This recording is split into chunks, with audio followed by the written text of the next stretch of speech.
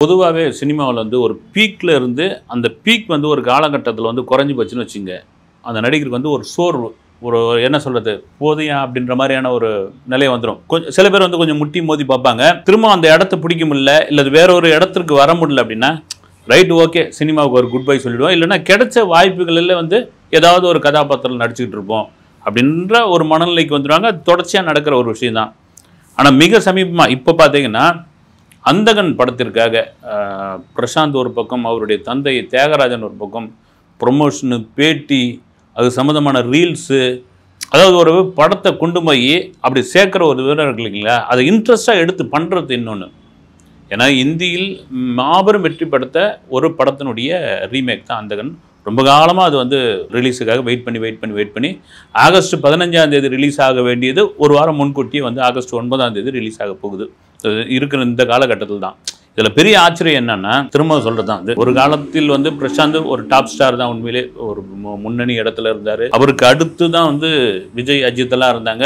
அப்புறம் விஜய் அஜித்திற்கு இல்லாத ஒரு ஃபேன்ஸ்லாம் அந்த காலகட்டங்களில் பிரசாந்த் இருக்கு. அது நிறைய நாம கூட பேசியிருக்கிறோம். அதன் பிறகு பார்த்தீங்கன்னா சினிமா தானே அது என்ன வேணாலும் தலைகீழ மாறும். வந்து அப்படியே பிரசாந்துக்கு ஒவ்வொரு படங்களாக குறைய ஆரம்பிக்குது. அப்புறம் தோல்வி படங்களாக மாறுது. இவங்க ரெண்டு பேரும் ஒரு கட்டத்தில் வளர ஆரம்பிக்கிறாங்க. டாப்ல வராங்க, தளபதின்றாங்க, அப்புறம் அல்டிமேட் ஸ்டார் தலை, இந்த ரேஞ்சுக்கு வராங்க. ஆனாலும் தொடர்ச்சியாக அவருக்கு பிரசாந்துக்கு வந்த சில கேரக்டர் ரோல், அப்புறம் வில்லன், இந்த மாதிரியான வாய்ப்புகள்லாம் அவருடைய தந்தை வேணான்னு மறுத்து அவரும் ஒரு பக்கம் எடுத்துக்கிட்டு இருக்கார். பொன்னர் சங்கர் மாதிரி, ஜானி மாதிரியான படங்கள்லாம் எடுத்துக்கிட்டு இருக்கார். வந்து அது காரணம் என்னன்னா, தன் மகன் மீது வைத்திருந்த ஒரு நம்பிக்கை. என்னைக்கா இருந்தாலும் நம்ம மகன் வந்து ஹீரோ மெட்டீரியல் தான் அப்படின்னு ஒரு தந்தையும் ஒரு சாதாரணமானவர் கிடையாது. வந்து சினிமாவில் ஒரு ஊர்னவர், வந்து இளையராஜாவுடைய நண்பர், அப்புறம் அவரே ஒரு விநியோகஸ்தர், அப்புறம் ஆடியோ கம்பெனி நடத்தினவர், இளையராஜாவுக்கே கார் ஓட்ட கற்றுக் கொடுத்தவர், பாரதிராஜா நண்பர், அலைகள் ஓய்வதில் வந்து அவரை நடிகராக்குறது, இப்படி பல விஷயங்கள். அப்புறம் வந்து கொம்பேரி முக்கன், மலையூர் மம்மட்டியான், அவர் தியாகராஜனுக்கு ஒரு தனி ஃபேன்ஸே உருவானதெல்லாம் உண்டு. வந்து ஆக்சுவலாக பிரசாந்த்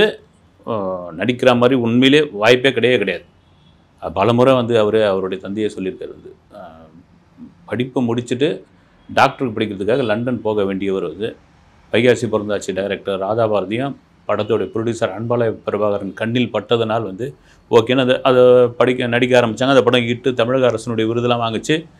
இதெல்லாம் நடந்தது. வந்து நடந்த பிறகு இதோட முடிச்சுட்டு சரி இந்த படம் தோல்வி படமாக அமையும். அதுக்கப்புறம் வந்து பிரசாந்த் வந்து ஓகே அவரை வந்து நினச்சபடி லண்டனுக்கு அனுப்பிச்சிடுவோம், டாக்டர் ஆகிடுவோம்னு நினச்சது வந்து தியாகராஜன் தான். ஆனால் படம் தாறுமாறாக இட்டான பிறகு எல்லாருக்கும் ஒரு சினிமாக்குள்ளே இருக்கிறவங்க தான் வந்து சினிமாவுக்கு இவ்வளோ 1000 பேர், லட்சம் பேர் போராடிக்கிட்டு இருக்காங்க. ஆனால் அதுவே வந்த வாய்ப்பு, அந்த படம் சூப்பர் டூப்பர் ஹிட் அப்படின் பொழுது ஓகே சினிமா நம்மளை வரவே இருக்குது அப்படின்னு ரொம்ப முழு ஈடுபாடாக தன் மகனுக்காக அவர் நடிக்கிறதே விட்டுட்டார் தியாகராஜ்.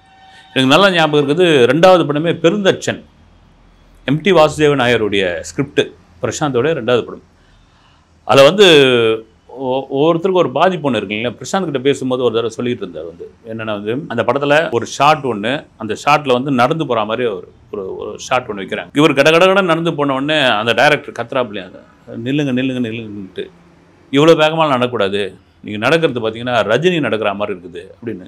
சரி திரும்பி ஒரு லுக்கு கொடுக்கணுன்னே ஃபாஸ்ட்டாக ஒரு லுக்கு கொடுத்தோடனே இங்கேயும் ரஜினியோடைய அந்த சாயல் தெரியுது அப்படின்னு. அது என்ன சொல்ல வர்றாரு, நம்மளை மீறி அவர் உள்ளே வந்துடுவார். அது நம்ம பார்த்து பழகிற ஒரு விஷயம் தான்ட்டு பெருமையாக சொன்ன விஷயம். அப்புறம் பிரசாந்த் தனக்கான ஒரு அடையாளமாக எல்லாத்தையும் ஏற்படுத்திக்கிட்டாப்புல. ஒவ்வொரு படமாக ஆரம்பிச்சது. எனக்கு இன்னும் நல்லா ஞாபகம் இருக்குது. வந்து ஏன்னா இப்போ இந்த பிரசாந்த் கோல்டு டவர் இருக்கு இல்லைங்களா, நார்த் ஹவுஸ் மவுண்ட் டி நகரில், அப்போ தான் அது அந்த பிரசாந்த் டவர் இல்லாத சமயத்தில் அது தியாகராஜனுடைய ஒரு அலுவலகம். பின்னாடி வந்து ஒரு செட்டு ஒன்று இருக்கும். அந்த செட்டு வந்து சினிமா ஷூட்டிங்க்கு வாடகை விட்டுருப்பார். அதுக்கு பின்னாடி இருக்கிற கிரவுண்டில் தான் வந்து ஜிம்னாஸ்டிக்கு, அப்புறம் குதிரை ஏற்றம், கராத்தே, இதெல்லாம் பிரசாந்த் பழகிட்டு இருப்பார்.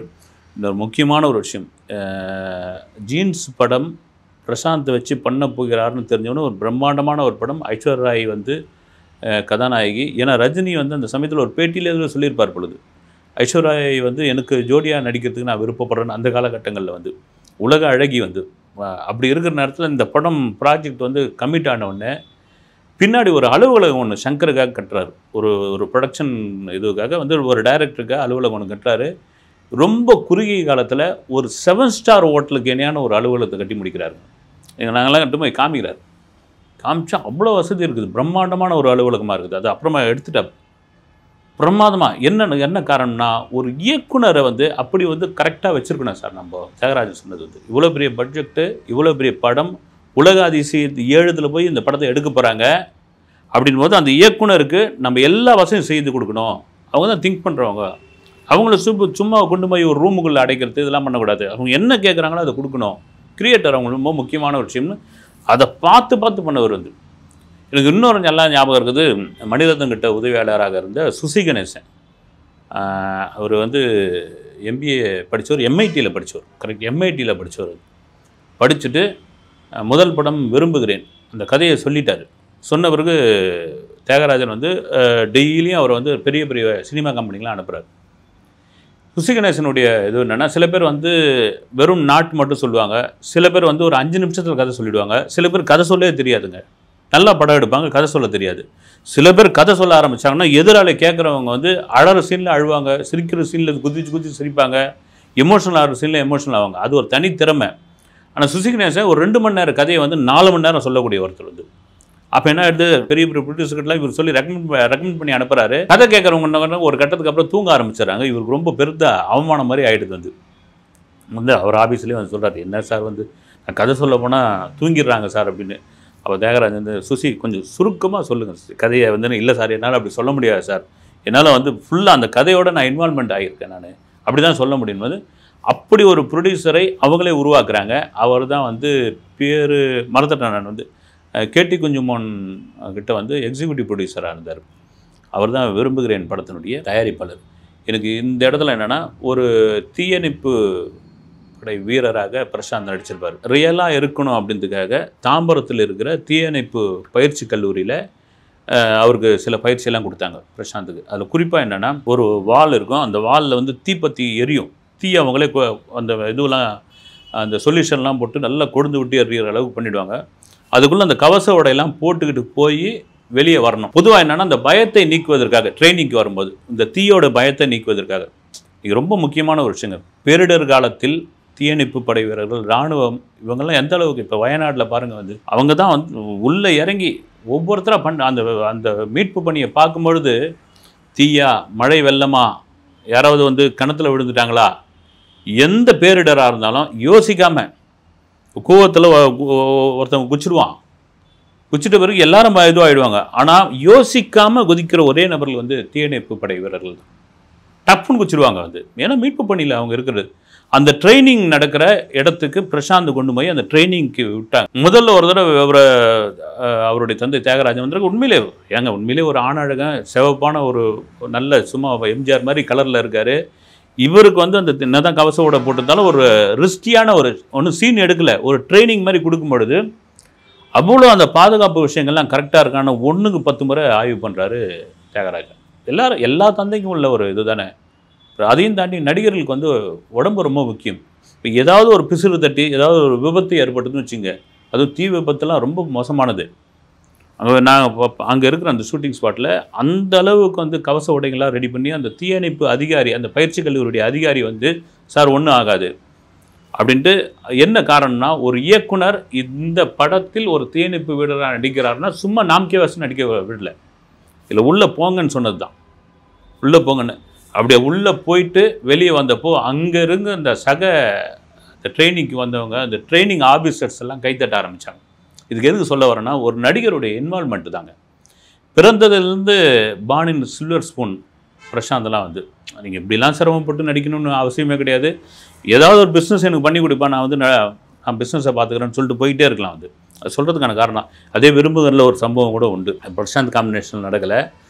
தாம்பரம் தாண்டி படப்பையில் வந்து ஒரு கிணறுல ஒரு ஷாட் ஒன்று, ஒரு கிணத்துக்குள்ளே ஒரு பெண்ணு குளிச்சுக்கிட்டு இருப்பாங்க, அங்கே மாட்டிக்கிற மாதிரி ஒரு காட்சி.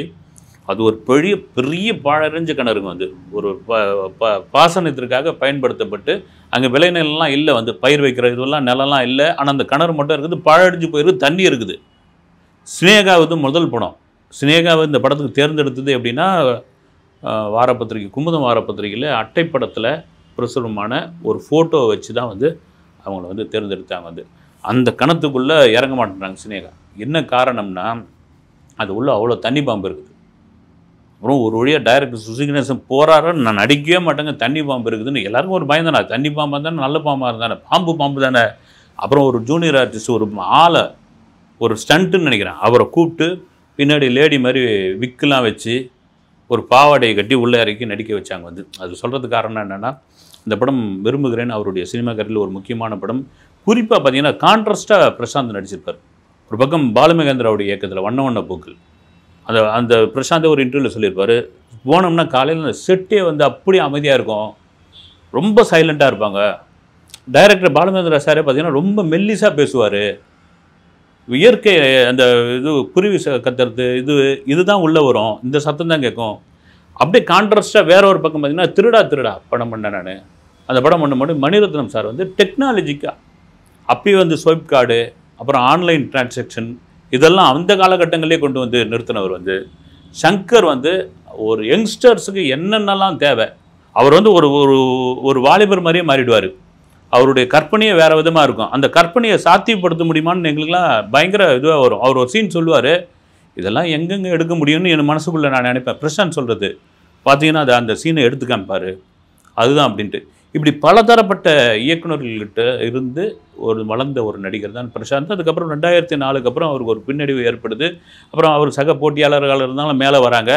ஆனாலும் தொடர்ச்சியாக அவர் படங்கள் பண்ணிக்கிட்டே இருக்கிறாரு. இப்போ சொல்ல வர்றதுக்கு காரணம்னா, அந்தகன் ஒரு படம், அந்த அந்தகன் ஒரு படத்திற்கு அப்பா மகன் அந்த டீமு மாறி மாறி மாறி மாறி மாறி மாறி அந்த ப்ரொமோஷன் செய்கிறது, ரீல்ஸ் போடுறது, அது சம்மந்தமான விஷயங்கள் பேசுறது, எவ்வளோ இன்டர்வியூ வேணாலும் சலிக்காமல் கொடுக்குறது, இதுதாங்க ஒரு ப்ராடக்ட்டை கொண்டு போய் சேர்க்குறது. இதுதான் முக்கியமான ஒரு விஷயம். இன்றைக்கி ஒரு ப்ரொமோஷனுக்கு வாங்கன்னா வரமாட்டேன்றாங்க படம் சம்மந்தப்பட்டவர்களே. கண்டிப்பாக, ஏன்னா அதை தாண்டி கோட் படத்தில் வேறு பிரசாந்த் நடிக்கிறாப்புல. ரொம்ப நாளைக்கு அப்புறம் வெளிப்படங்கள், குறிப்பாக மற்ற ஹீரோக்கள் படங்களில் நடிக்காத இருந்த பிரசாந்த் இந்த கோட்டுக்குள்ளே நடிக்கிறாருன்னா, விஜய்க்கு இணையாக, பிரபுதேவாவுக்கு இணையாக, மைக் மோகனுக்கு இணையாக ஒரு கேரக்டர் இருக்கும்னு நாம் நம்புவோம். பிரசாந்த் அடுத்த கட்டம் ஒரு புலிப்பாய்ச்சலான ஒரு கட்டமாக அவருக்கு அமையட்டும். சினிமாவை நேசிப்பவர்கள், லவ் பண்ணுறவங்கள சினிமா விடவே விடாததுக்கு அவர் ஒரு உதாரணமாக இருக்கும். காத்திருப்போம், பொறுத்திருப்போம். நன்றி.